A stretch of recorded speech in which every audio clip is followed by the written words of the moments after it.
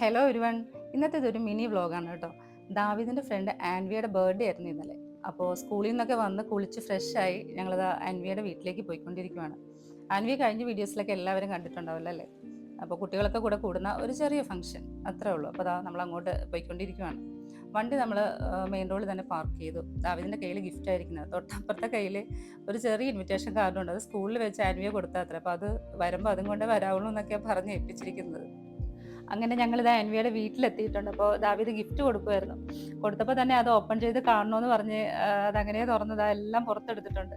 അപ്പോൾ ഞങ്ങളൊരു ക്രാഫ്റ്റിൻ്റെ സെറ്റും ഒരു ഷൂ ആയിരുന്നു കൊടുത്തത്. അവൾക്ക് പിങ്ക് കളറ് നല്ല ഇഷ്ടം. അപ്പോൾ ഞങ്ങൾ പിങ്ക് ഷൂ എടുത്ത് അതെല്ലാം ഒന്ന് ഇട്ട് നോക്കി അങ്ങോട്ടും ഇങ്ങോട്ടും ഒക്കെ ഒന്ന് നടന്ന് നോക്കുമായിരുന്നു ആൾ. അപ്പോൾ ആൾക്ക് എന്തായാലും ഗിഫ്റ്റ് നല്ലതായിട്ട് ഇഷ്ടമായിട്ടുണ്ട്.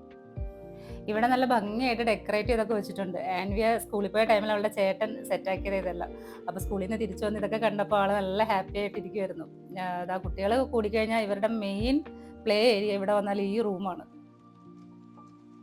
കിട്ടിയ സമയത്ത് ഞങ്ങളും കുറച്ച് വിശേഷങ്ങളൊക്കെ പറയുമായിരുന്നു. ഞങ്ങൾ കുറച്ച് മുന്നേ കണ്ട് പിരിഞ്ഞതേ ഉള്ളൂ. സ്കൂളിൽ ഇവരെ വിളിക്കാൻ വൈകുന്നേരം ചെല്ലുന്ന സമയത്ത് നമ്മൾ മൂന്നും എല്ലാ ദിവസവും കാണുന്നതാണ്.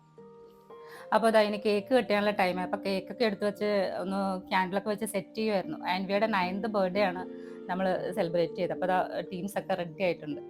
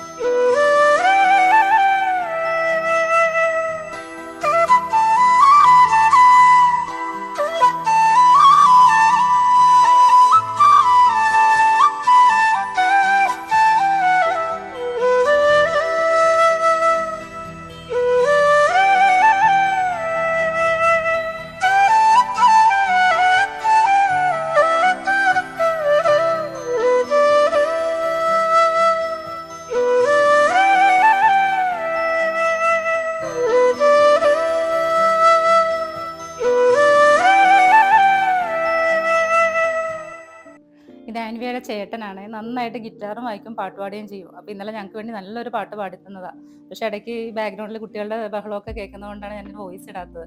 നല്ല രസമുണ്ടായിരുന്നു കേൾക്കാനായിട്ട്. ശരിക്കും നമുക്ക് പാട്ടൊക്കെ ഈ ഗിറ്റാറിൽ മാത്രം പ്ലേ ചെയ്ത് പാടി കേൾക്കുമ്പോഴത്തേക്ക് ഒരു പ്രത്യേക ഫീലല്ലേ. അങ്ങനെ കുറച്ച് സമയം ഞങ്ങൾ അവൻ്റെ പാട്ടൊക്കെ കേട്ടിരുന്നു. പിന്നെ അതാ ഫുഡ് കഴിക്കാനുള്ള ടൈമായി. അപ്പോൾ പ്രവീണ നല്ല ചിക്കൻ കറിയും പത്തിരിയും പൊറോട്ടയൊക്കെ സെറ്റാക്കിയിട്ടുണ്ടായി. പാലട പായസം ഉണ്ടായിരുന്നു. അപ്പോൾ ഇതൊക്കെ കഴിച്ച് വളരെ ഹാപ്പി ആയിട്ടാണ് നമ്മളെല്ലാവരും വന്ന് പിരിഞ്ഞത്. അപ്പോൾ ഇത്രയൊക്കെയാണ് ബർത്ത്ഡേ വിശേഷങ്ങൾ. Thank you.